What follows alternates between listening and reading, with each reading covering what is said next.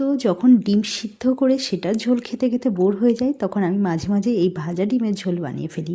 তো রেসিপিটা খুবই সিম্পল। প্রথমে কড়াইয়ে তেল গরম করে তাতে জিরে ফোড়ন দিয়ে আলু দিয়ে সেটাকে ভেজে নিতে হবে। তারপর তাতে দিয়ে দিতে হবে পেঁয়াজ কুচি আর কাঁচা লঙ্কা।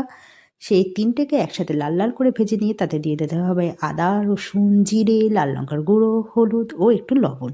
দিয়ে মশলাটা সুন্দর করে কষে আসলে তাতে দিয়ে দেবো একটু টমেটো আর দিয়ে দেবো বেশ খানিকটা মটরশুঁটি। মটরশুঁটি দিলে বেশ খেতে ভালো লাগে। তো এই দুটোকেও আলুর সাথে ভালো করে কষিয়ে নেব। ভালো করে কষে উঠলেই আমি দিয়ে দেবো প্রায় ১ পুকুর মতো ঝোল। কারণ যেহেতু আমি ডিমটা ভেজে রান্না করছি, সেই ঝোলটা অনেকটাই অ্যাবসর্ব করে নেবে, সেই কারণে ঝোলটা ফুটে উঠলেই আমি তার মধ্যে দিয়ে দেবো আগে থেকে ভেজে কেটে রাখা ভাজা ডিমগুলো। ডিমটা আমি ফেটিয়ে নিয়েছিলাম লবণ, একটু চিলি ফ্লেক্স আর আদা দিয়ে। আদা দিলে ফ্লেভারটা খুব ভালো আসে। যাই হোক, ডিমটা ঝোলের সাথে খুব সুন্দর করে ফুটে উঠলে তাতে ধনেপাতা দিলেই আমাদের ভাজা ডিমের ঝোল অলমোস্ট রেডি। তো এটা খেতে তো লাগে খুবই সুন্দর, ডিমটা খেতে লাগে একদমই ফার্স্ট ক্লাস। ট্রাই।